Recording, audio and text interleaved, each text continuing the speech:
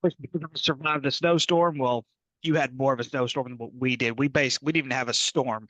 I was out driving the roads the very next day that wouldn't even close. So anyway, no, we were out for a pointless Thursday and all of Friday, and then now we went back on Monday, and so yeah, we definitely survived the snowstorm of the century in Arkansas for the upcoming year 2025. Even though the models that Todd Jacobian has put out say there I is a saw that. chance we could have more than an inch of snow next week whenever the Arctic blizzard comes in. We will see. We will see. I know it. They don't I know know yet. it. They still don't know yet. It's weird, but that's okay. Anyway, how are we doing, Brad? Doing pretty good. Been kind of a slow end of last week. Obviously, we were, of course, in the village.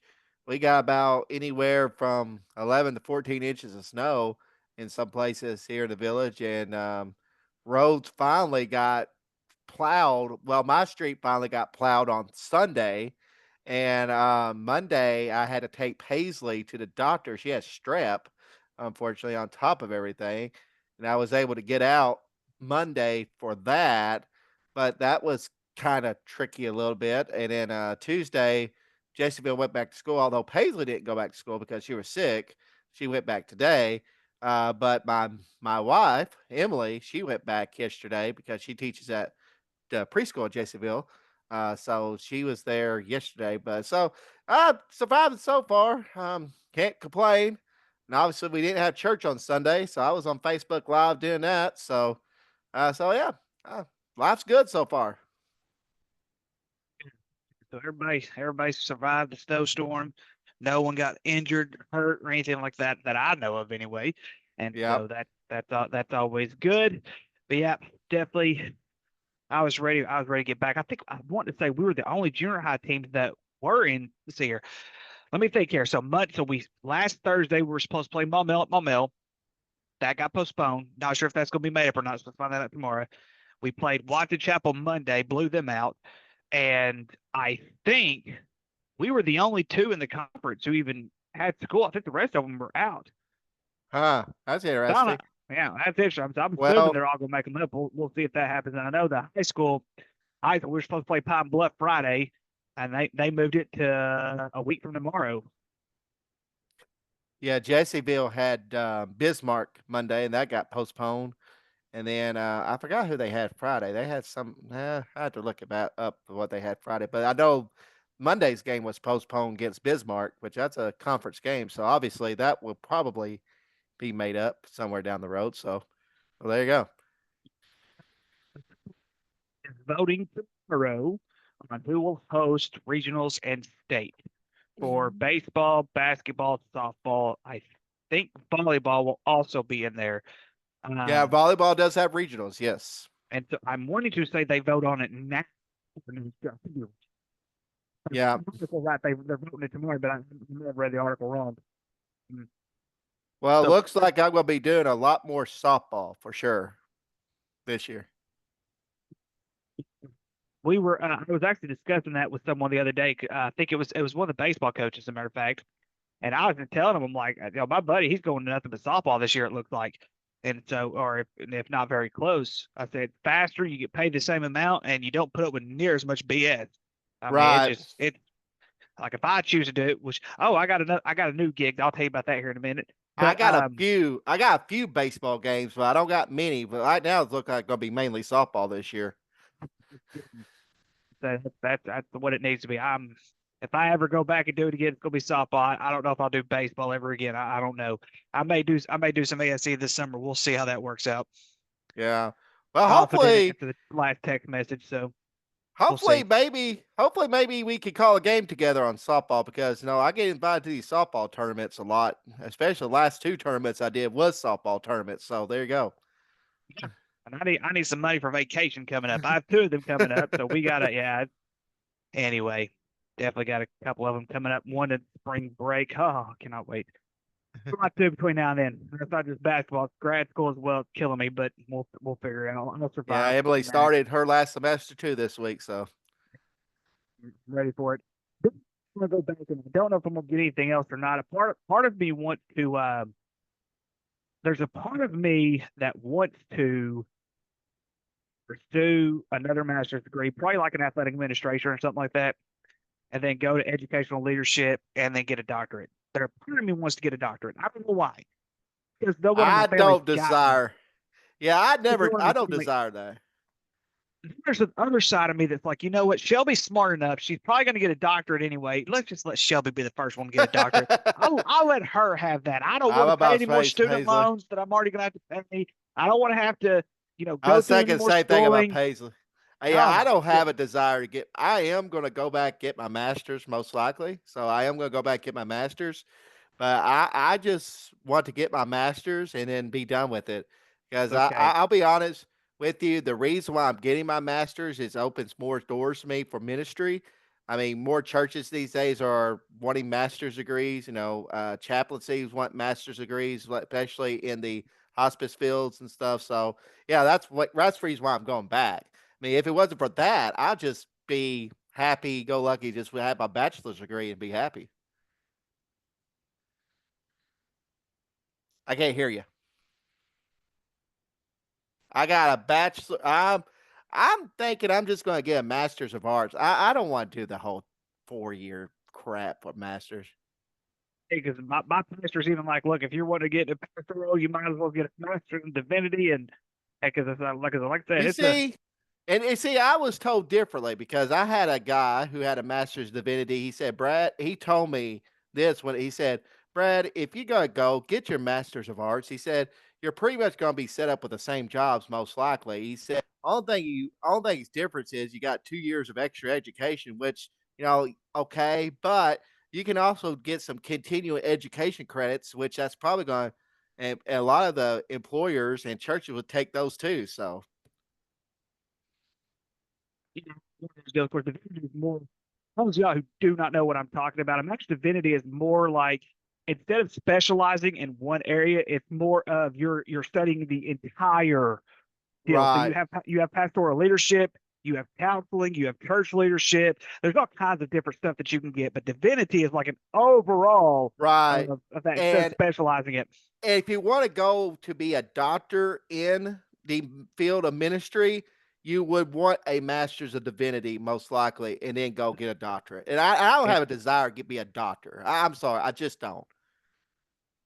I almost went back and did a master's of theology, to finish it up what I did 7 years ago. Yeah, I just unless I'm going to use it somewhere, and it's probably not going to happen. So we're just going to if you I'm not never going to use know. it, no, you never know. But like I said, Yep, if if the does cross again and God puts that in my path, we'll see about that, and then yep, we'll go from there. Because like I said, I thoroughly enjoyed it. I learned quite a bit just for the yeah. semester. I think I did it 2 semesters. I can't remember. It's been so long. All right, so let's go ahead and let's get to some of the talks that are going on around the sports world. Before we get to anything, hit the like and subscribe button on our show. I know my students have been asking about this. When's the next show coming out? It's coming out Friday. And so it's coming out. It's coming out Friday. So that way, if those of you who are interested in seeing who we are going to pick for the NFL playoffs this coming weekend, as well as Ohio State versus Notre Dame next Monday. Before we get to all of them, we something. I sent it to you, Brad. That Yeah, I'm Barstool looking had at now. sent, and I absolutely love this list. This is great. This is good stuff right here, ladies and gentlemen. This is great and grandeur with some of the best stuff that I've ever seen in my entire life. The top 50 worst fan bases. And we're going to scratch the surface on this for just a little bit, Brad, because some of these are very, very interesting. Ohio State's number one. That's no surprise because everybody hates Ohio State. You either love them or you hate them. There's no in between. And you know how much filth I hate for Ohio State University. I root for it does not matter what sport it is. If I see somebody playing Ohio State, I root against Ohio State. I root for whatever team that is. I remember one time, I can't remember what sport it was that they were playing. I think it was gymnastics for crying out loud. We were in a restaurant. We were in a restaurant. It was breakfast. And I looked up and Ohio State was doing gymnastics. I think it was the Big Ten championship or something like that. And I said, go anybody but Ohio State. And they're like, it's gymnastics. I don't care. I can't stand Ohio State. So anyway, so does not so Ohio State definitely number one because they have to be the best at everything. And yes, they overreact with everything, which we will get to Ryan Day here in a little bit to see if his job was saved after this playoff performance or not. So, and then so I'm just going to scratch the surface on the top four because we're gonna get into this pretty good real quick. So Ohio State, Auburn, Alabama, Texas. No surprise in the top four, none whatsoever. LSU, forgot LSU. LSU number 4, Texas 5. You're right. You're right.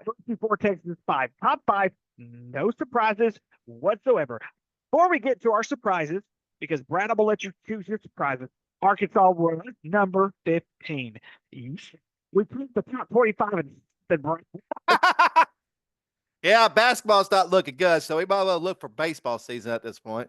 yeah, that we actually need to discuss that here in a couple of minutes. Yeah, Let's discuss that before we get to even football and stuff because I want people to understand the SEC in basketball it's is tough. probably It's, by far the best the SEC has ever been, which is yeah. amazing to me. And so I'm actually going to give Calipari a pass, but we'll talk about that here in a little bit. So Brad, I'm going to go ahead and tell me your surprise. I already know one of your surprises. Um, so go ahead and tell me a couple of surprises that you found on here that you're like, why would they be in the top 50? Well, Liberty's in the top 6. They're Southern Baptists. How bad that could be? What? No, they're Southern Baptists, Liberty.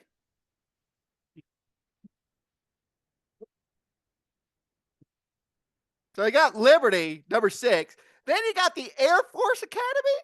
Are you kidding me? I mean, you got the Air Force Academy at number 48. Coastal Carolina, nobody cares. I mean, yeah, a few. I mean, most of these are pretty good. You're right. I did not say sorry about that. Yeah. All right, so Well, actually, you got 2 Southern Baptist schools. I'm sorry, you got Baylor as well. You got you got Baylor and you got Liberty. So that must say something about the Southern Baptists out there. There's no Church of Christ in this list. Then you got Air Force Academy. The Air Force Academy. Okay, you got the Air Force Academy at number 48. I will say this. Most of this list, I get it. I mean, especially you talk the top 5. I mean, those are very obnoxious fan bases. I mean, you can count Florida State in there when they're really good.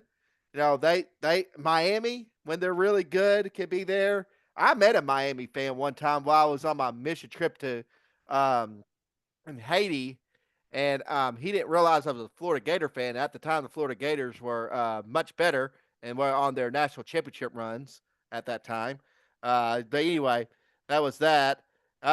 Duke fans, yeah, especially basketball. Duke fans can be very obnoxious. Of course, North Carolina, of course, basketball as well. Oklahoma fans, I know a few Oklahoma fans. My ex-minister was an Oklahoma fan. Yeah, they could be pretty obnoxious. Kentucky fans, obviously, they could be very obnoxious, especially basketball. Arizona State,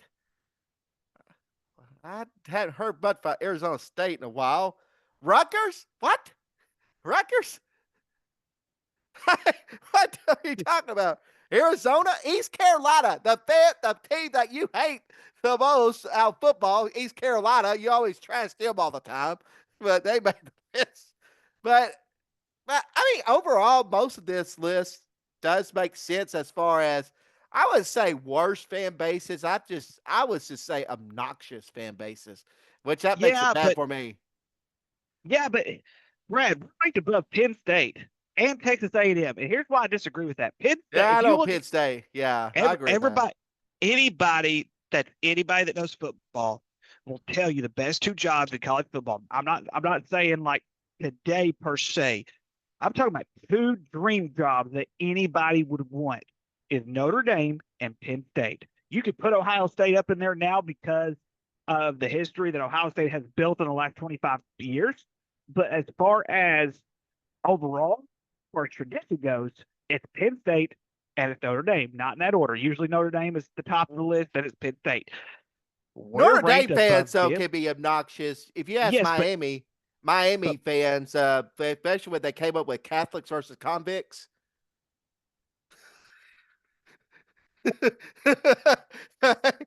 Bernie Kosar said that I'm Catholic and they're worse than any Miami. So anyway, anyway, so oh, so here's the thing though that worries me. Like I get why we're ranked above Kentucky because Arkansas is usually pretty harsh in all their sports. Kentucky's mostly basketball. They're really not that yeah, pushy when it comes to football.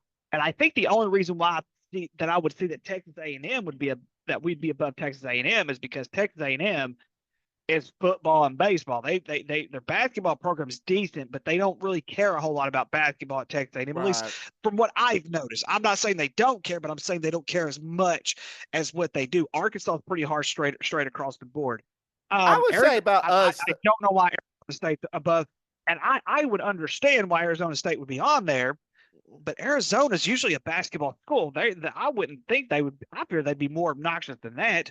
Well, And so Arizona State, what they've done the last few years to be, I hadn't heard anything from Arizona State fans about really about anything. um, UCLA is pretty far down on this list. I would put them up in the top 20 somewhere. I think they're too far down. Yeah, I Um, do too. I think college, really? Another Worst fan Catholic base? school. I think college Catholics are really, really And he got more, and they're right above the Mormon school, by the way. of course, that surprised me that BYU's on there. That doesn't surprise me one bit that BYU And is on there Xavier, another whatsoever. Catholic school. Xavier, Seton Hall. Another Catholic I school. wouldn't think the Seton Hall fans were that obnoxious, but they are. I mean, they're a pretty big basketball school, and so is Basketball, Xavier. yeah, I can, but And so is Xavier. But I would. Virginia Tech, I get. Coastal Carolina, really? Coastal Carolina, I don't know. Maybe football, but I mean that is hey, kudos to them. You guys probably know more about the fan bases than what we do. A lot of these we're shocked on because we don't hear from a lot of these fan bases. Um, Villanova basketball, I get that, I guess. Probably because, oh gosh. And of course they're even worse now this year than what they've been in a very long time. And I agree with you with Air Force. I've only met one Air Force fan in my entire life, ladies and gentlemen. Jason One. Tolbert. Jason Kohlberg. I missed that dude too. Hopefully he's doing well. It's been a few years since I've seen him, but So the uh, data was provided by the American Statistical Services. Of course, this came from Barstool U, which they're a bunch of drunks anyway. But anyway, I just want to say this. Yeah, Arkansas. I think with us, I was going to say with us, Arkansas fans. I don't think we're. I don't think. I think some of us can be obnoxious. I don't think all of us is obnoxious. I think what makes us bad is sometimes we have unrealistic expectations on different things. You know, we expect the football team to win national championships every year. There's that fringe. Or we went, you know, the basketball team this year struggling under year one under Calipari, and we're thinking that Calipari going to be Sweet 16, Elite Eights, and Final Fours, that sort of thing. And so I think for us, it's more or less that we're not realistic in our expectations. That's what makes us bad. I agree. UCLA is pretty far down, especially with their basketball, which Mick Cornyn, which he's going to be my DA of the week. You'll figure that out in a minute. So anyway, Wisconsin. I mean, I, I don't see Badger fans as really. I mean, they got good football. I mean, they got decent football. Their basketball's decent, but I don't see them as obnoxious or anything like that. Yeah. So some of this list I agree with. Some of this list I don't. Some that I mean, Virginia's more about academics. I mean, I guess they feel like they're smarter than everybody else. Maybe. the Big Ten, you consider them an academic school. It's like Vanderbilt with the SEC. Yeah, I know it. I mean, so my point is, Ricky. I mean, I see some of these schools, but I think, well, if you're asking a Xavier fan about Cincinnati basketball fans, yes, they would say they're very obnoxious, and Cincinnati fans would say the same thing about Xavier as well. So that's if you want to go by basketball, yeah, they're both could be pretty. They had a brawl not too long, like a couple years ago. That was a big melee. But anyway, Yeah, Ole Miss. I think Ole Miss should be up a little bit further than that too. I mean, if you're gonna put Ole Miss 30 and you're gonna put us 15, I mean, Ole Miss fans are pretty obnoxious. I mean, you go to Eastern Arkansas, you find some obnoxious Ole Miss fans. Trust me.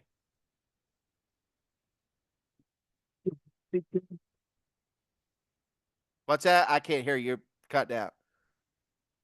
Aren't those the ones that most to go to Ole Miss anyways? I can't hear you. Cut out. So you might have cut now. I swear to myself, I hate this thing. Okay, you're good now. I was about to say, I didn't know how it was cutting out. But anyway, Ole Miss, isn't that where most of the rich kids go anyway? Yes, I thought most. Yeah, so. yeah. I thought so. I So mean, I can see that. No I offense can to tell rich, you obnoxious rich people. I tell you right now, I when I was in Marianna, Arkansas, when I pastored there, I met quite a bit of Ole Miss fans, and oh my goodness, the obnoxiousness, the absurdity. I mean, it just like they thought you were here and they're right here all the time. That's what Ole Miss fans are. And I just I remember, God rest his soul, Chris Stidham. I remember one time he was mocking their chant, "Hotty toddy, gosh almighty, who the hell are we?" Yeah, yeah, we're still trying to figure that out.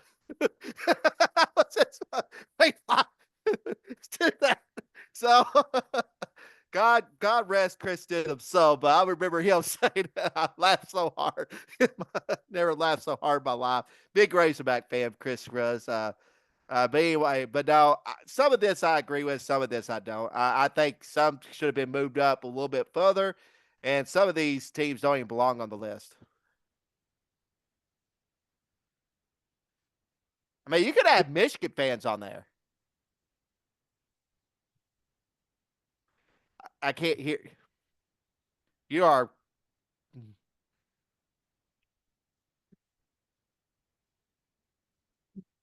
I can't hear you. What? Can you hear me? I can hear you now. I can hear you now. I don't understand that. How are you not able to hear? Michigan's not on the list anywhere? No, Michigan's on the list. How? I know. You asked me how. Michigan's on the list. We met 3 Michigan fans in my entire life. Brothers. The other one, Ryan Johnson. I, Ryan Johnson, I how do you? I mean, Same. Michigan fans are not. Tennessee's not even on there. I mean, and I can name We one know. obnoxious one We right can say now. we we won't say his age. Yes, we will. Jason. The Fighting Jason Pates. Pate. Pate. All right, let's move on. College bowl mania, Brandon. My record is 35-11. Yours is 29-16. My 39-11, Brad. My 39-11. Get this. My 39-11. I rank currently 231. Now, for those of you who do not understand, of course, there's a lot of people who do this. 231 overall for this entire competition. Brett, and this is why I think this is still a good thing, or this is a good thing for me to be able to brag on just a little bit, not a whole lot. It's just picks, people. It's just picks. Brad, your 29-16 records, you are currently ranked 56,000. So I know there's at least more than 56,000. There's probably hundreds of thousands of people that do this. So for me to be 231, hey, I'll take it. There you go. There you go. I'll take Uh, it. everybody There's a, gets lucky every once in a while. there's a few games I got screwed on. I can tell you all that right now. I got screwed. I'm telling you right now, I should be undefeated. I should be undefeated. All right, so let's go. Big game. So Ohio State versus Notre Dame. Let me get to the bracket so that way I can tell Can we you. discuss something first before we get to the game? Yeah, what's that? I think it's worth discussing. So, I sent this to you, and I kind of put him on my A list, but it might be debatable. But Chuck Barrett was talking about, of course, now a lot of the people or pundits is talking about how since you got transfer portal, you got the NIL money going around, that the reign of the SEC is not as dominant like it used to be, especially the last 2 years, because once again, an SEC team will not win the national championship. It's guaranteed, like it was last year. Um, Chuck Barrett still tried to argue that the SEC from top to bottom was the toughest conference in America. Um, I looked at that, and so he's still trying to go against the national narrative. So my question to you, Ricky, is this: and basically what Chuck is saying is that the SEC pretty much beat each other up throughout the year. But my question to you is, Ricky, do you think the SEC is tougher top to bottom, or do you think like some of the teams like Illinois and others gets a bad rap because they used to play the Big Ten West, which the Big Ten West for a long time was considered the runner-up conference because whoever won that division would play the Big Ten East opponent, which would either be Michigan, Ohio State, or Penn State. Or do you think the SEC is top to bottom the best conference still? We're talking about other sport. I'm talking about football, just football. An argument to be made. If you look at some of the bottom half of the teams that were the bottom half this year, some of the ones that we're used to seeing there that were competing in the SEC, like Vanderbilt, you could make an argument there. I think one thing, and I will make this argument till the day that I die. Some of our bigger teams, besides Texas, take Texas out. Georgia had a very, very tough conference schedule. Alabama had the toughest conference schedule.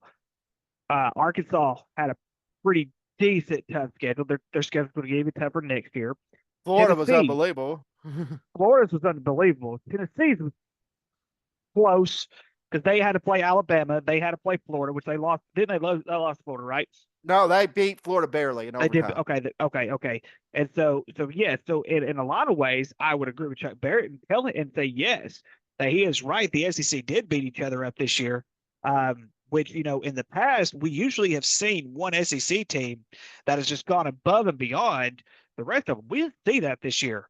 We didn't have the Nick Saban Alabama team this year. We didn't have the Georgia dominance that we're used to seeing. Of course, they didn't have a quarterback, and now they're Carson Beck transferring to Miami. Moron. Anyways, money talks. Money does talk. That is for sure. You could argue that the Big Ten. You could argue the Big Ten got stronger by adding in Oregon, Washington, USC, and UCLA. You could argue that. But the problem is we've got two teams from the Big 12 who were number one and number two for a while in their conference, and we just made it even stronger. And I think the biggest issue is now it's not necessarily that the SEC just beat each other up. It's that a lot of these conferences, now these Power 4 conferences, beat each other up in general. That's why the playoffs suck so much this year because you just in a lot of ways, Brad, you could argue that some of the teams that didn't make the playoffs were just as good as the ones who did make the playoffs. You didn't have necessarily you had a record separation, you had a strength of schedule separation. You and I both know SMU schedule was not near as strong as 90% of the SEC teams. The issue is that when SMU played their schedule, they dominated except for one game. And that one game happened to be or two games, that's right, two games, happened to be their conference championship game. And I can't remember who the first team was. The first game of the season against BYU, they lost by 3. And BYU was a pretty decent team. But they're 2 losses by a combined 6 points. I mean, So anyway, depending on how they outweigh this stuff, you can't necessarily just go off and say, well, one ACC loss equals 3 SEC losses. You can't really do that because you got to play your conference, you got to play your schedule, you got to play it out and how it is for the eye test and everything like that. But I'll put it to you this. I'll put it to you this way, and I've talked to people about this, Brad. Actually, someone brought this up. One of the dads brought this up last week. He still believes the SEC is the toughest from top to bottom. And the entire SEC, he's like, there is nothing in football like the SEC. Yes, you're going to get players from here and there. You're going to get talent that's going to go to Ohio State, Michigan, the surrounding areas, some of the big football schools, Penn State, Notre Dame, historical programs, but you're not going to get a conference like the SEC.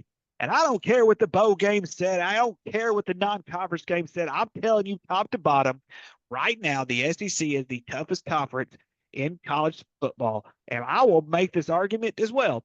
They're probably the toughest conference in sports, period. Because the fact is, you've seen such dominant in the last 25 years. You have seen such dominant in the SEC. And regardless of the SEC, excuse me, regardless of the SEC not winning a championship this year, it's okay. They're going to be back.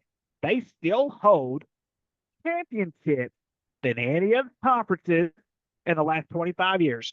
So until basically, it's going to take more 2 years to convince me the SEC has just all of a sudden dropped off. It's going to take more than that to say, okay, the SEC has just completely dropped off. Now you get 3, 4, not I would say 3, but you give me 4, 5, 6, 7, 8 years where the SEC is not even in a championship game, then we can have this discussion. But as far as I'm concerned, Brad, the SEC is still the toughest conference in football from top to bottom, hands down. I say in the last 25 years, I agree in all sports. But the argument is you can't argue the fact that the SEC did go 4-9 in bowl games. I mean, it does No, matter. I mean, these teams, these other teams they're playing with dropouts too. I mean, they it's get not that. like They get that. But here's the thing, though, Brad. Excuse me. Um, Here's the thing, though, Brad. The bowl games do not carry the incentives that they used to carry. I like when I picked these bowl games this year, Brad. I just picked them out of web. I didn't even give a crap who won and who lost. Like I well, don't I care. mean, I yeah. mean, I get what you're saying, but the transfer portal has taken the concept of all these bowl games, it's taken them out of whack except for the playoffs. And They they're have trying to not. change that. They have not, and by they I mean the NCAA, and I'll put this on the universities as well.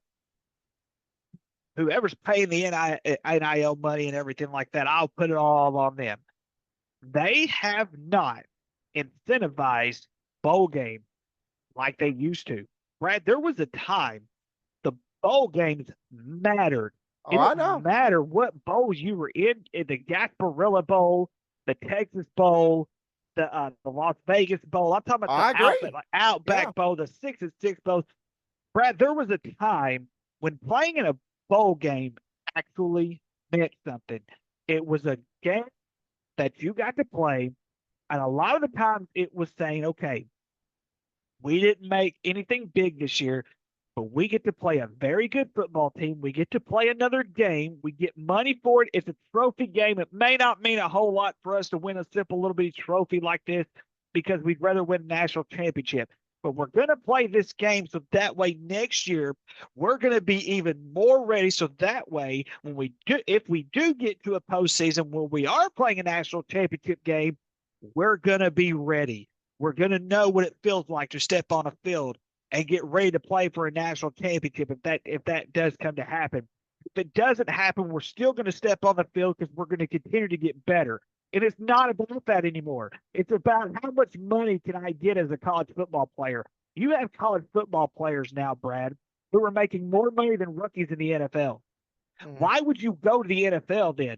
Because and that's why this is why this new NCAA rule, JUCOs, if I'm a player, not going to a big university, I'm going to JUCO because JUCO is going to guarantee me that I can get another 4, 5, 6, 7 years of eligibility in the NCAA and get away with it. Not only that, but I can go to the NCAA as a quarterback, make about $3, $4 million a year for the next 6, 7 years. I'm gonna get paid $20 million. Where if you go to the NFL, what I can't remember what the NFL rookie contracts even are anymore. But regardless, it's like I can still get paid doing this. And Brad, what people don't realize is 99% of the players that they're paying right now for this NIL crap aren't even going to make the NFL. They're going to play college football. They're going to make a career out of it, and that's it. Listen, I'm all for you wanting to make money in life or whatever the case may be. But whoever said that college football athletes should be getting paid because their name, image, and likeness, or whatever the case may be, is the way I see it. You know what you signed up for. You know what you signed up for. just deal with it. But that's another conversation for another day. The Well, NIL and the NCAA has completely taken out. They've depleted college football in general. It's more of a professional league now, and by professional, I mean professional, because none of these I teams that we see could even well handle a let Canadian me. football league team. Well, I was going to say this. Well, number one, the NCAA, the coaches this week voted for the transfer window to be changed into January, but it has to go through a process before it gets approved, which that's another thing about the NCAA that's stupid. But here's the problem, though, Ricky, with that argument the SEC was stronger this year is you had an 8-5 Michigan team with nobody beat Alabama. If you say Nebraska was better, would you say Nebraska was better than Oklahoma this year? What's that? Like Oklahoma, I don't know if I would say they were better. I mean, they're inconsistent, but would you say if you had to choose a team, if they play on the field, not let's say 9 out of 10 times or 10 out of 10 times, who would win? What, Nebraska? You say Oklahoma without a quarterback? Oh my goodness. See, I disagree. I think the Big Ten was a little bit ahead of the SEC this year. And I understand the SEC and all this that they've been dominant the last 25 years. I get that. And I think it was go and I'm not saying that the Big Ten has surpassed the SEC by no stretch of imagination. What I'm saying is for this year, I would say the Big Ten just a little bit better than the SEC. That's what I would say just this year. Yeah. You meant like you meant in general. No, no, Well, no, no. I'm talking this about year, this year. This well, year. this year, yeah, this year maybe, but I'm talking about in general. The SEC is Oh, still no, no, better no. top to I'm not bottom. talking about. No, Chuck Barrett was saying this year. That was Okay, the so question. this year, okay, I Yeah. thought you meant like in general, but yeah, no, No, no, no, but no, no. but This he but year. he but I will say this much: he still makes a pretty good argument though that the SEC did beat each other up. I will say this much, and the only reason I say this is because of scheduling. Like I said before, most of these SEC teams beat each other up because they play tougher schedules. The Big Ten did not necessarily play some of the bigger schedules. Indiana was in the playoff. Who did they play? Who they beat? Ohio State? And they beat Ohio State. They play No, Ohio no, State. they played Ohio State. That's But it. who And else? I get but that's the thing too. I think James Franklin made this reference in the press conference was that the SEC chose to play eight game conference schedule. The Big Ten plays a 9 game conference schedule, so that means that the Big Ten also has to choose play one less non-conference game. So you're going to be a little bit more picky who you choose to play in the non-conference because you only get 3 of those, and you get 9 conference games.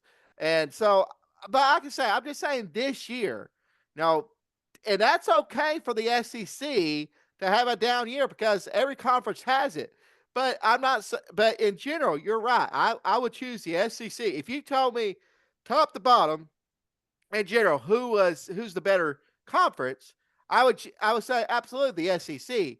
But it's hard to argue that in fact that USC beat 2 8-4 SEC teams at LSU and Texas A&M. Also, Alabama loses to a Michigan team that had no business being there. And the fact is, too, Illinois also beat a South Carolina team that many people thought was going to be a playoff team as well, or could have been a playoff team. What they got considered. So I'm just saying this year, I mean, I get what Chuck Barrett was trying to say, but to say that the SEC from top to bottom was the best conference this year, I can't agree with that. I just cannot agree with that this year. I'm not saying overall, but this year. So, like I said, I support your argument, but I also support his argument, and I get it. I get it. it's just for the simple fact is you saw more big game in the SEC than what you did in the Big Ten this year. A lot more big games. Yeah, you could. I mean, I would say this. I think some of the teams like Illinois and other teams like well, I'll just use Illinois for example. Brett Bielema. I'll use Brett Bielema's team for example. I think they get a bad rap in some sense because they rank them 20th in the in the final college football playoff rankings. But if you look at their resume, when Lane Kiffin was comparing his resume, Brett Bielema had a pretty good argument saying that they had a stronger resume according to statistics than Ole Miss did. Even uh, what's Play that? nobody. Ole Miss didn't play nobody. Well, I'm just saying, but Ole Miss, but Lane Kiffin was arguing for his team to be in the playoff. I mean, that's what I mean. That's all I'm just trying to say is the fact is, you know, just because you're some of these teams, I just think gets a bad rap for you know who they are compared to some of these other teams like Ole Miss who looks very flashy, but I mean they usually have a game every year that they lose to a Kentucky. They had no argument. Play up again. So anyway, but our game, back to our game. I'm sorry. You,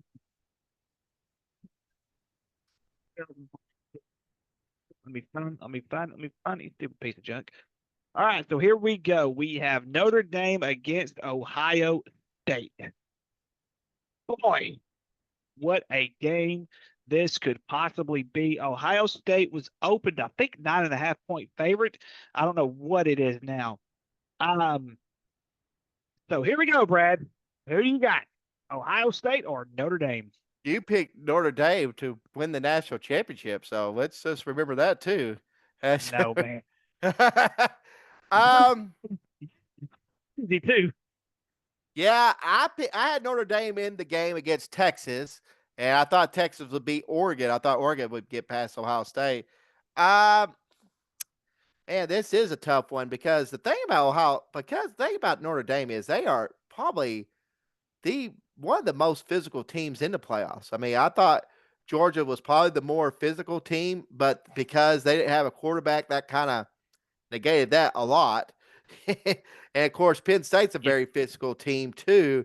So Notre Dame's gone up against two very physical teams, and they're going to go against a Ohio State team that's not going to be very physical. That's the thing. Ohio State's a very finesse team, which they should be because they got speed all the way around. But my gut is going to say Notre Dame. I think Notre Dame gets it done.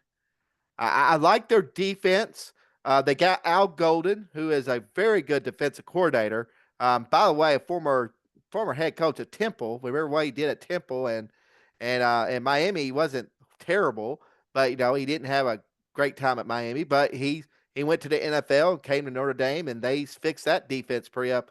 I think Notre Dame gets it done. I like Notre Dame in this game barely, but I like Notre Dame win by a field goal. I struggled with this one, my man. I really struggled with this one myself because the simple fact is that you are looking at two very good football teams here, who are both very very good. When I look at this entire ordeal, there are two things that really I two things I really like about Notre Dame. They run the football very, very well. They run the football very, very well. They've got a great defense. And when you put the combination together, it's a formula that can beat Ohio State. For the simple fact is, there was a team that Ohio State recently played. I understand Ohio State's been on a high nine here lately. But to me, right now, Notre Dame is probably going to be the best defense they've played in the entire playoff when I'm looking at this entire scenario. Best, Tennessee especially had the a pretty best defense since Michigan. Tennessee had a pretty good defense. They were Mm, decent at stopping the run. They weren't the best at stopping the run, but they were yeah. terrible at stopping the pass. That's why they lost. That's why they lost was because they're terrible at stopping the pass. Notre Dame only gives up 165 passing yards per game. If you rank that, Brad, that's second in the NCAA. That's second in the NCAA. They do give up 133 rushing yards. That's not great, but Ohio State doesn't run the football very well. Ohio State only gives up 89 yards a game for rushing. That's third in the country, right behind. Right, they were right behind Indiana and Ole Miss. They didn't have the formula though to beat. Excuse me, they did not have the formula to beat Michigan's run game for whatever reason. For whatever reason that comes up. Um, I thought, yeah, they only give 176 passing yards. That's really, really good. Their defense really controls the game.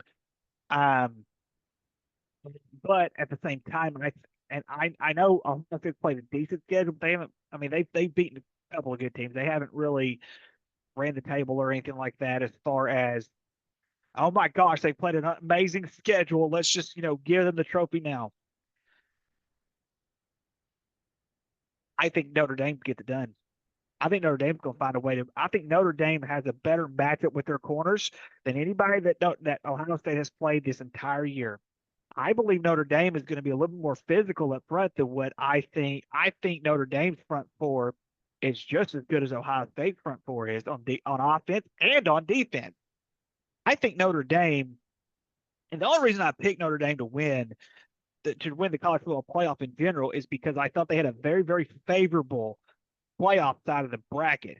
Yes, I understand they did not do well against Penn State. They had a very, very slow start. They're not going to be able to have a slow start against Ohio State. It's not going to happen. No, They're not no, going to be able to have a slow they'll start. lose Oh, if they do. they will lose if they have a slow start. But I think if they could get a decent jump, if they could hang in there like Texas hung in there, because Texas had a pretty good solid year as well. Um, and I will say this Texas was in because it till the end. Texas was in it till the end. And looking at this, Texas was so if you look at I'm talking about if you just look at the playoff scenario. Of course, Ohio State was the best passer rating as far as defense. I'm talking about defensive rating right now. Ohio State was number one. Credit to all them. Um, credit to that. Notre Dame's the best at passing. They will if they have to. Um, but when I look at all of this, and you look at the points per game they give up on defense. 12 for Ohio State, 14 for Notre Dame. Defensively, it's going to be a defensive struggle for both teams. And I think because Notre Dame has a better passing defense, that's the best passing defense that Ohio State would have gone up against in this entire playoff. Texas almost did it. They screwed up one play. One play screwed them up on the 1 yard line. They completely screwed up, and it blew the entire door open. Notre Dame's not going to make that the same mistake. At And I think halftime, right before half, too, to give up that I touchdown.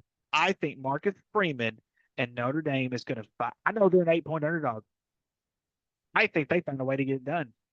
I do too. And other than Texas, remember the other team that they face that can match them physically and actually really is superior to them physically, they lost to, and that was Michigan. I mean, yeah, Michigan did have a quarterback, but Michigan was able to run the football at the end of the game, and they played good defense because Ohio State tried to match your physicality. And of course, you got the old adage of Ryan Day versus Lou Holtz.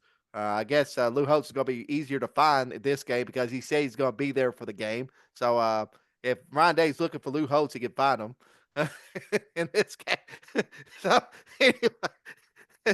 anyway, yeah, so Lou Holtz gonna be there. But anyway, I think Notre Dame gets it done too. I think Notre Dame wins a close one. I do believe it will be a low scoring game. I don't think it's gonna be a blowout, and I don't think it's gonna be a high scoring game.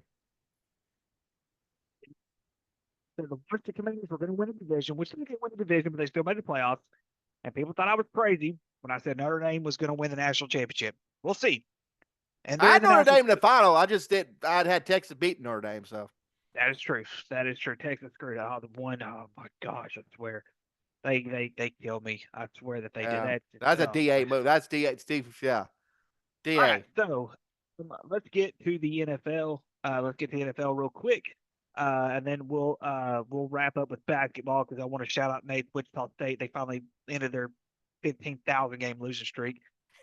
Sorry, Nate. It just man they were on a terrible losing streak. They finally ended it though. So shout out to that. All right, so let's go through each of these real quick. Let's go through each of these games real quick. We're gonna go. I'm gonna go in a random order because there's a reason why want to go in a random order. Shout out to Washington Commanders. They beat Tampa 23-20. Um, Shout they're out, moving. yeah. Yeah, they're moving on to the next round. Too bad they got to play Detroit though. Oh my gosh, Jay Daniels, I feel bad for you, man. Oh man, I tell you what, Jay Daniels is probably gonna be rookie of the year more than um more than deserving of that honor.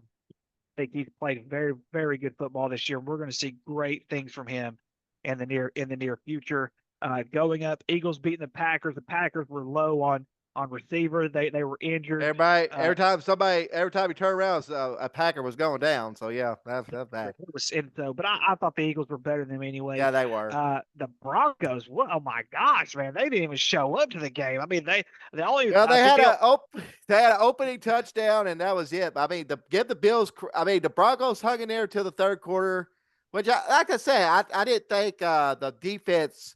I thought the defense could play with the Bills, but the question was, could their offense keep up? Which I thought that was going to be the case. Which, I mean, till the third quarter, it was a 13-7 game. But I mean, again, Josh Allen this year is playing at a different level. I mean, he's it's almost like he's shoulder.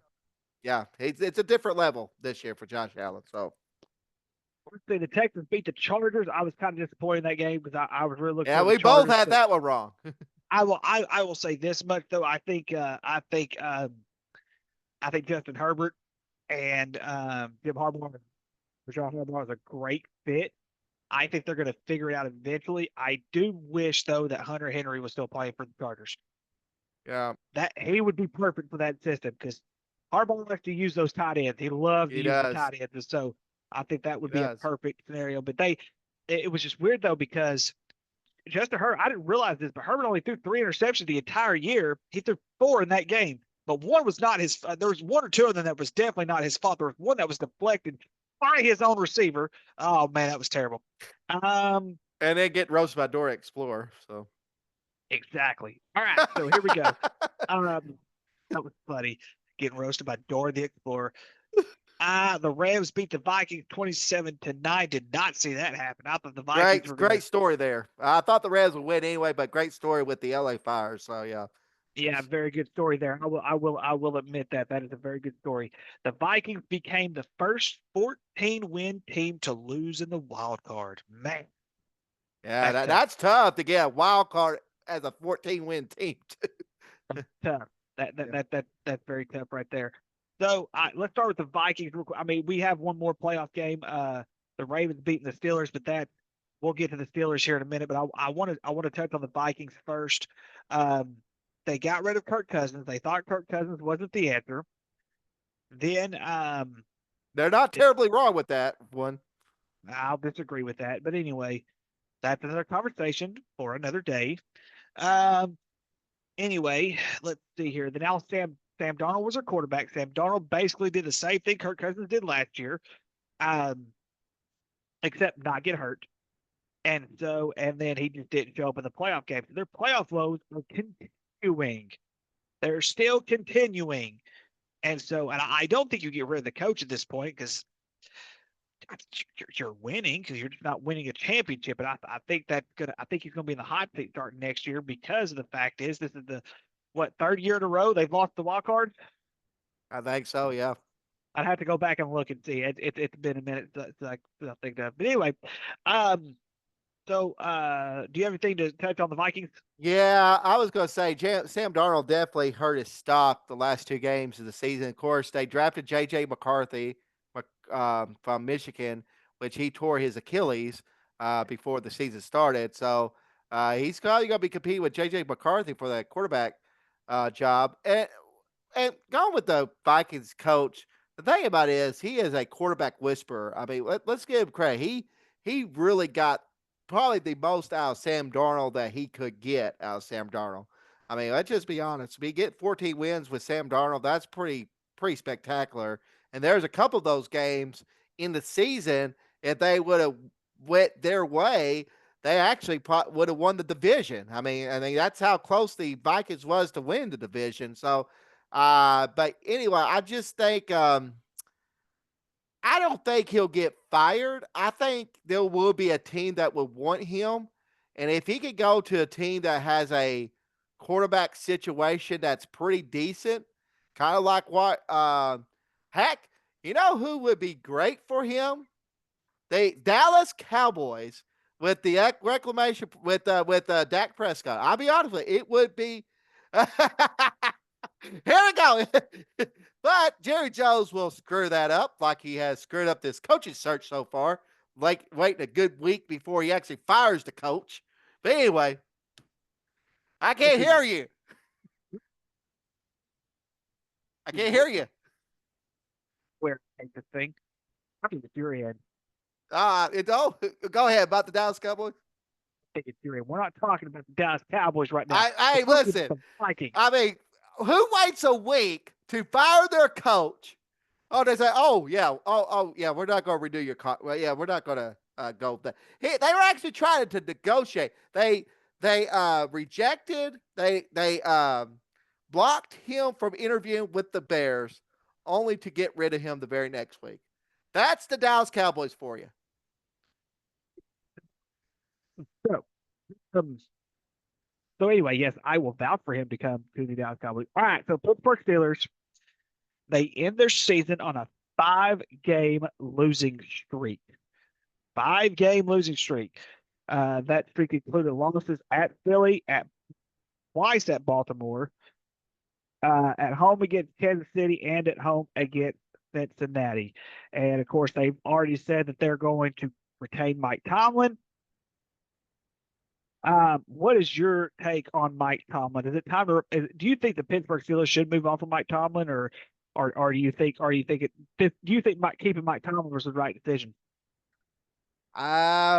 This is tough because every year he's the only coach, I think in history, or he's like, well, there's only one other coach that's done this that has had a 500 or better record in all of his, in like 17 years as a head coach, which is pretty amazing. But sometimes, Ricky, there's a time where you have to move on from a coach. And this would have been a time, I think, for the Steelers to move on, to move on from Mike Tomlin and for Mike Tomlin to get a fresh start somewhere and for the Pittsburgh Steelers to get a coach. Because the thing about the Pittsburgh Steelers is you got a good organization. You got a good solid foundation. It's not like the Dallas Cowboys or the New York Jets. It's not about like them. Where you got ownership that just I don't know. Well, the Jets owner apparently is getting his advice from Madden ratings from his 17-year-old son. And then, of course, you got Jerry Jones, which we know that story. So, but anyway, with the ownership with the Pittsburgh Steelers, we can't hear Ricky anyway, so nobody cares. Anyway, the problem is the Pittsburgh Steelers has a great foundation for their ownership. I mean, look at the last 3 head coaches they've had. Chuck Noll, which was lasted over 20 something years, Bill Cowher, which won a Super Bowl as well, great legend head coach, and Mike Tomlin. So I would trust the Pittsburgh Steelers if they wanted to get rid of Mike Tomlin or to trade Mike Tomlin for a team for some draft picks and stuff for the Steelers to continue that tradition of having a head coach. But at the same time, too, it's hard to have a winning record 17 years in a row. But I think it probably is time for Pittsburgh to move on from Mike Tomlin. I think the fans are getting tired. You get fans that are restless, and it just seems like Mike Tomlin, his voice is not resonating with the Pittsburgh players like it used to. Assuming you can't hear me. I can hear you. Okay. Um, so I heard everything you said. I was And trying also, to. too, one more thing. I forgot to finish this. Remember, Mike Tomlin was also that made the change to go to Russell Wilson, and he went to Russell Wilson. He made this end quote because I'm trying to win a Super Bowl. Go ahead. So I'm looking right now because Justin Fields played the first 5 games. They went 3-2. Yep. With Russell, I'm sorry, they went 4-2 with Justin Fields. He played the first 6 games. Then he went to Russell Wilson. Russell Wilson, 1, 2, 3, 4, 5, 6. He went 6-6 as a starting quarterback. So you really, in some ways, that's not much. Yes, I understand that, it's right at 500 with 12 games, and then of course Justin Fields only played 6 games, and of course he was still above 500, whatever the case may be. Um, so when I look at this entire scenario, because I've been anti Russell Wilson for a while now.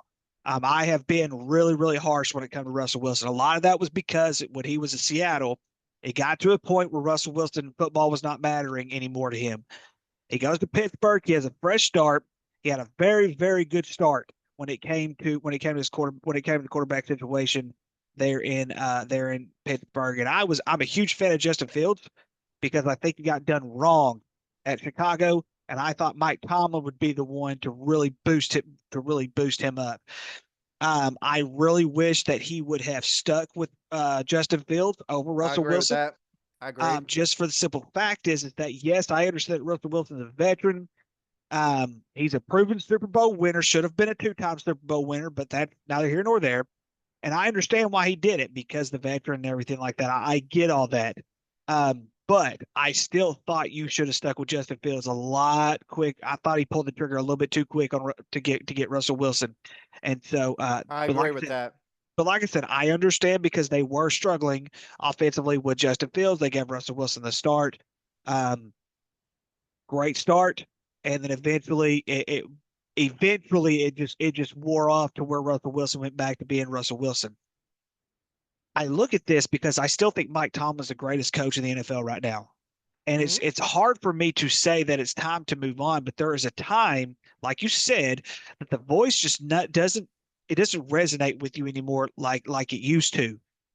Of course, I understand now because the allegations that are against him, but there for a while the WWE started getting flatlined because Vince McMahon's voice was starting to really be a disappeared for everybody because you have a wrestler who we can name, CM Punk, who wanted change, and all that change came well after he left. And there was a dead period for about 7 years in between the time Punk left to where it was kind of flatlined, and then all of a sudden we started getting other people with voices. They go public. TKO buys them out. They make changes, and now you see them exploding the way that they are now. And of course, Roman Reigns did his thing and all this other good stuff. My point is that I think Mike Tomlin needs a change of scenery to where his voice will be heard a lot more than Yeah. what it would be in Pittsburgh. Great coach, best coach in the NFL by far. But I just don't.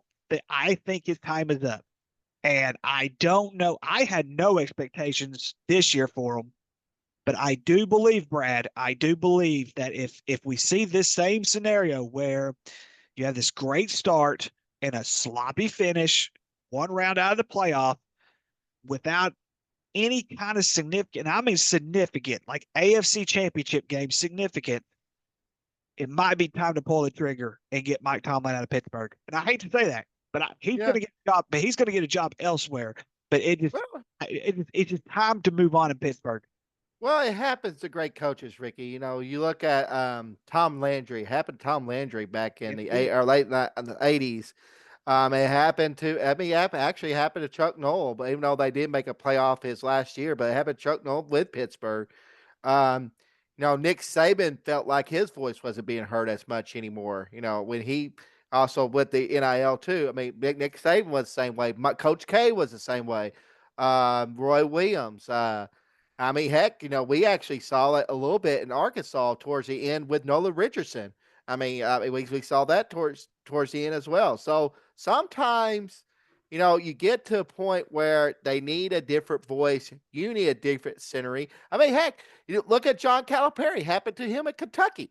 Now happened to him at Kentucky. So it happens to great coaches, and that doesn't mean you're not a great coach. It just means that sometimes you get to a point. Pastors deal with this all the time, Ricky. Pastors deal with this all the time. You get to a point where your messages might not be resonating with the crowd as much, or you're getting a little bit older, you're not resonating like you used to, and it's just time to kind of move on to a new scene and kind of get that spark back and that sort of thing. So I mean, same way with Mike Tomlin. I mean, but I do think he needs to make a significant run next year, because if he doesn't, I think the Pittsburgh would need to move on after, especially after next year. But they should have moved on this year, in my opinion. And guess what? Guess where Mike Tomlin would have been a great fit at? The Dallas Cowboys. But hey, Let's get to the divisional round playoff. There are 8 teams currently left. Only 4 will survive after this past weekend. First off, Saturday afternoon, 3:30 p.m. We have the Texans playing the Chiefs. Chiefs gets it done. Texas was very fortunate that the Chargers turned the ball over. Mm-hmm. And because CJ Stroud did not have his best game. He's kind of in a slump this year. Although, give CJ Stroud credit. He now has as many playoff wins as Dak Prescott has in 9 seasons. So there you go. Why do Hey, you always I have to take because the shot? because at that's your Dak Pre- $60 million Why? quarterback. So, but Why? the I'm Chiefs not gets it paying done. him that much. I'm not paying him that much. Well, if you watch a Cowboys game or get a ticket for it, you will be. I don't get it. You know how many Cowboys games I watched this year? I don't care. I'm just saying, if you go buy a ticket, No. if you go buy a ticket, and go to AT&T Stadium, you'll be paying his salary. Do you know how many tickets I bought to AT&T Stadium ever in my life? Probably 0. 1, and it was 1. WrestleMania, and it was WrestleMania. You're So I probably don't. paying his salary. You got a point there. I'll give you that much. but no, the Chiefs gets it done. But yeah, CJ I Stroud, think the Chiefs. congratulations. I think the Chiefs get it done too. Yeah. Patrick Mahomes has had a great year. I think we see him come out in playoff mode this coming week. Well, He's he'll also have at home. enough. He'll have enough to beat CJ Stroud, even though if it's the same Patrick Mahomes we saw during the season, he's still got enough to beat this Houston Texas team. So Next Saturday night, Commanders and Lions. Give me the Lions. yeah, give me the Lions too. I think it's a good run for the Commanders, but the Lions just too much. Yeah, They get the running back rack too. Montgomery. Yeah, but they also have Jameer Gibbs. They'll be fine regardless with or without him. Well, that's an added bonus though. That is an added bonus. You got to give that much. All right, here we go. Rams and Eagles. Yeah, I think it's going to be the end for the Rams too. Although I think, like I said, I thought Stafford would get one more win in the playoffs. This was before the fires happened. It's still a great story, but I just think the Eagles being at home be too much for the Rams. So give me the Eagles. Give me the Rams. Well, I like it. Give me the Rams. I hate the Eagles. Give me the Rams. I like it. I like it. I like it. Last but not least, Ravens and Bills. It's a tough one. Has he ever made an AFC Championship game in his career? Last year, Lamar did. Yeah, last year. I didn't think he made it. I thought it was. They lost to Chiefs. Okay, for some reason I thought that was the AFC Championship game last year. Mm-hmm. Yes, sir. For some reason I thought he got beat out earlier than that. I don't know. I thought that. Anyways, this is tough. This is real tough because the Ravens, if you look at it, Derrick Henry is he's pretty solid, but Josh Allen though he's playing with a chip on his shoulder. And they got a running game too with Cook and his fiance is hot. Marcus. I don't care what anybody says. Haley Steinfeld is fine. Give me the Bills. Oh dear Jesus. Yeah, give me the Bills too. But I think it's gonna be this could be an instant classic. But yeah, give me the Bills as well. Oh my God. Lord forgive me for that. My wife's gonna kill me. Yeah. If we know what if Ricky is gone tomorrow, we know what happened. But anyway, it's like so that's what we're gonna do from now on. I'm gonna pick teams based based on the quarterback's wives, girlfriends. Why not? Fiancés, you'd be a good fit for Barstool. I would be a great fit for Barstool. I'm telling y'all right now, y'all have no idea. I'd be a great fit for Barstool. They're gonna be like, what? Anyways. Oh my goodness. All right, so quick recap with basketball, real quick. Arkansas still winless in the SEC, which we'll get to more basketball later when football seasons are with. Nate, Wichita State had actually a very, very good start. Um, then they ended up losing. So early in mid-December, they lost to Kansas City. Then they turned around and beat Kansas State. Let's see here. Then they lost to Temple. Oh my gosh, South Florida, not terrible. UTSA, and they ended their streak yesterday. They ended their streak by beating Charlotte. So I Shout thought out to Wichita the State be a lot. I thought Wichita State be a lot better. They did. They had a very very good start. Let me look at their start real quick. Arkansas State rebounded from their loss, I believe. They needed to because like right now you're looking at Arkansas State like right now like the projection is they're going to win. They're going to win their conference. They'd be the first team since I think 1999. When did Dickie Nutt lead them to the NCAA tournament? Was it Uh, 99? 99 2000. I thought they made one other. No, No, no, you're right. You're that was right. you. That was ULR. Yeah, you're right. No, you're right. Yeah, I think. Well, let me see here. I Because got me. ULR made, yep, let's see, ULR made as a 16th Yeah, seed one year, lost to Syracuse, made it yeah, I as remember. a 13th seed and beat Purdue. I thought it's 12 seed actually. It might have been a 12th seed. Yeah, and got to the second round. That's when Chris Beard left and went to um, went to Texas Tech. So yeah, their last tournament was 99. Yep, yep. Yeah, our head coach Matt Williams, he is about a year. He's a year older than I am. He's 37. He was a grad assistant under Dickie Nutt. I'm 37.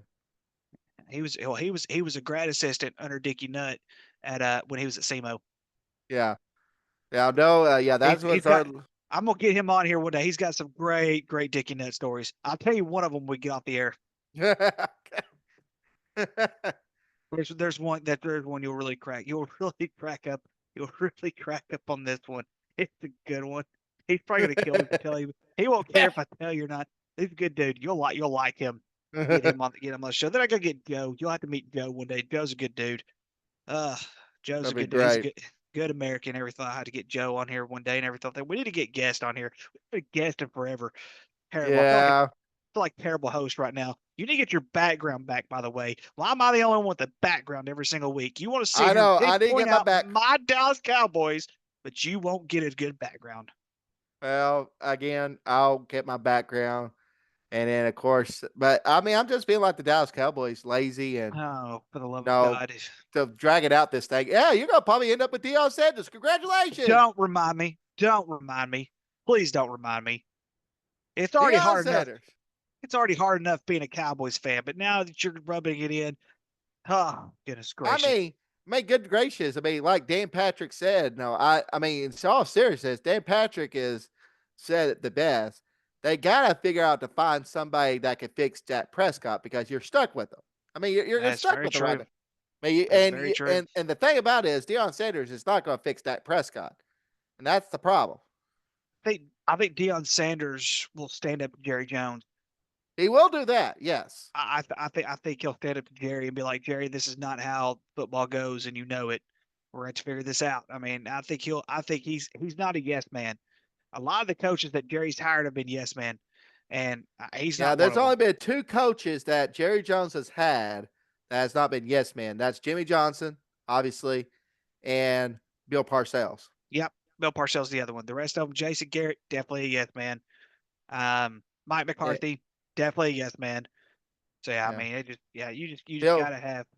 yeah, and Parcells was building a good foundation, and then Jerry Jones kind of wanted to buy the groceries again, and and There Bill was said, much. "Nope, I'm not There going was to do that." there was a lot more to that. All right, here we go. Let's get the DAs of the week. I've got two.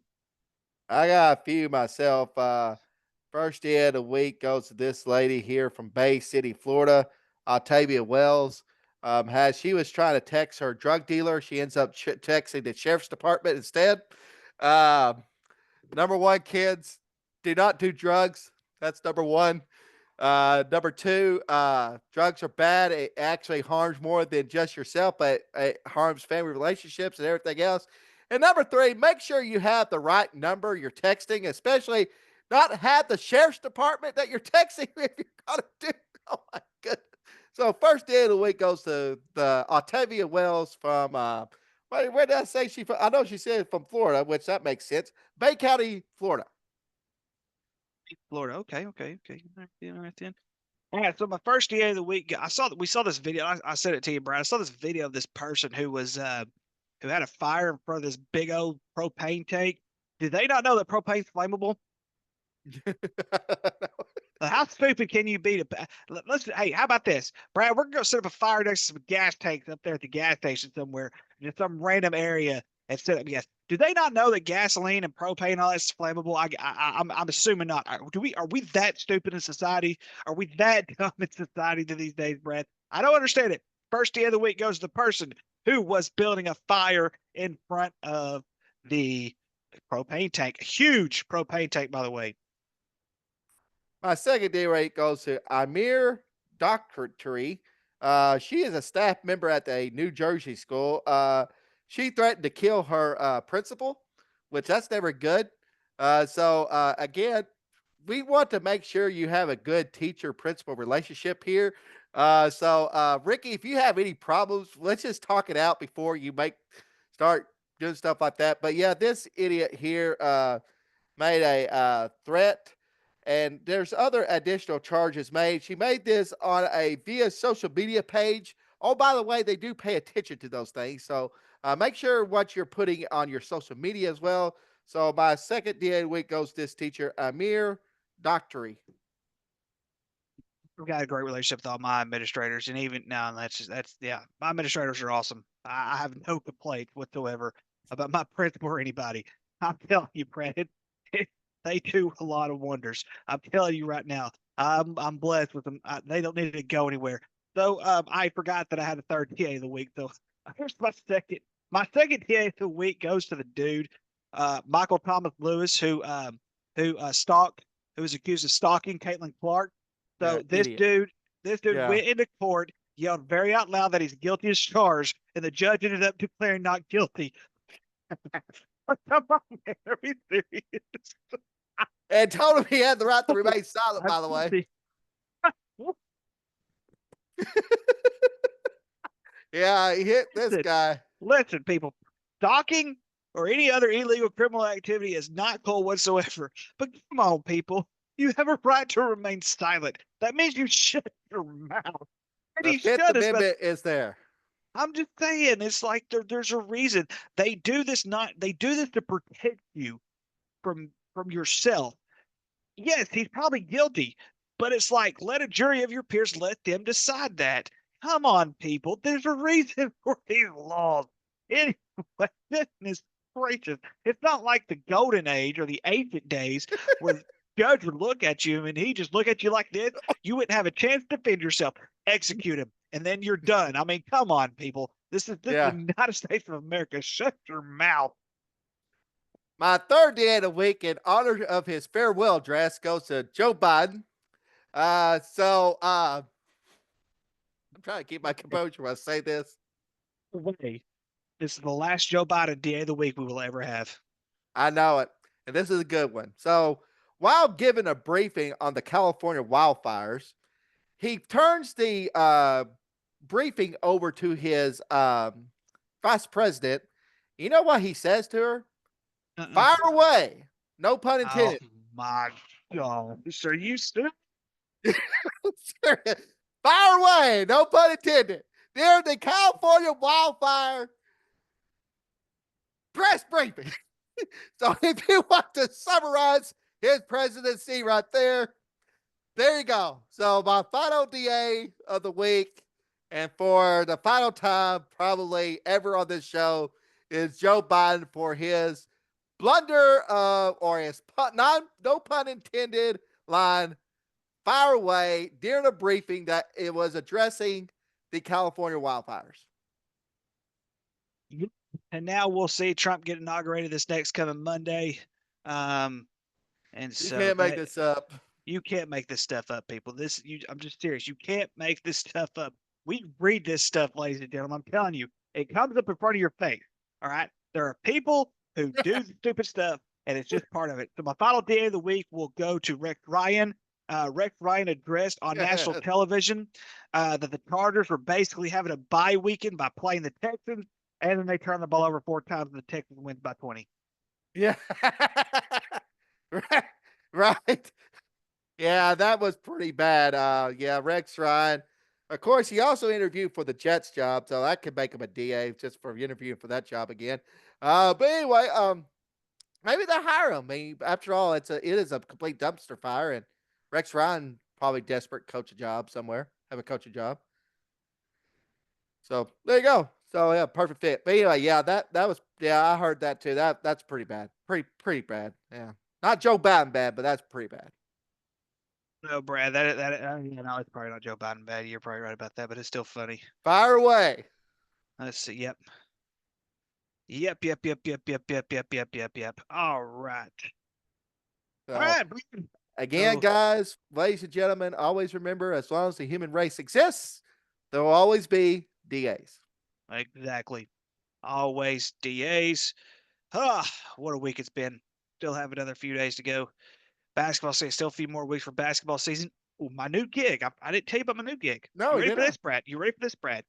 So I found out today I am going to be running the scoreboard for our home soccer games this year at Whitehall, and I get to announce when a goal is made. Go! That's what they want me to do. So I'm going to study up on it really, really hard. I'm going to get my goals signed down and everything Make it like that. epic. Gotta make it epic. We're going to make it so epic, Brad. We're going to go viral with it. White boy Whitehall. I hope I have a baseball game during the time you have a soccer game. Yeah, you'll hear me. I'm telling you, I, you're I going to want hear to hear me. you. Yeah, I want to do You're that. going to hear me. Yeah. You're going to hear me. They're going to make you go to Whitehall, and you're going to hear me. You'll go, did you have a Whitehall game last year? No, I did not have a Whitehall game. I think the furthest I made it out that way was I had some Little Rock games, but no, I made it to. I do have a game at Poland this year, so I'm making it Poland. And I say Poland's not far from here. Yeah, I'm making it Poland this year. Matter of Let's fact, see. they I have a think we tournament that I'll be umpiring. I don't know if it's baseball, or softball yet, but March 15th they're having a tournament at Poland, so I'll be um, umpiring some games for that. Yeah, you'll be hearing the goal from all coming all the way from Whitehall down to Poe all the way to our way. You're gonna be like, I know who that Down, is. down, and then what a DA! All the games we watched in the back of the all the games we watched in the back of the Williams Baptist dormitory is gonna pay off. Oh Because my I'm gonna, goodness! yeah, we'll see. Hopefully, yeah, hopefully I give them a good laugh anyway. Speaking of Williams Baptist, um, John Mayberry and the Williams Baptist Lady Eagles have made history for the first time in the history because they've been in the NAIA. They are receiving vote to get in the top 25. Nice, very good. Yeah, I was looking through the Williams Baptist staff directory. I'm just curious who's there now these days. And a lot of the people that we went to college with have decided to be staff members at Williams Baptist, but that's on them. Not going to judge them either way. But I don't know why you want to live in Water Ridge, Arkansas. But hey, whatever. Oh man, Or you lived in college. Paragould. You lived in Paragould for crying out loud. Okay, so Water Ridge, Arkansas, or College City, Arkansas. Sorry, College City, Arkansas. Yeah, I mean, yeah, it's all it is the college. That's it. that's it. I know. That's Yeah, it. yeah. Oh, Oh, goodness gracious. they did have a restaurant out there with the airplane. I don't know. Parachute, baby.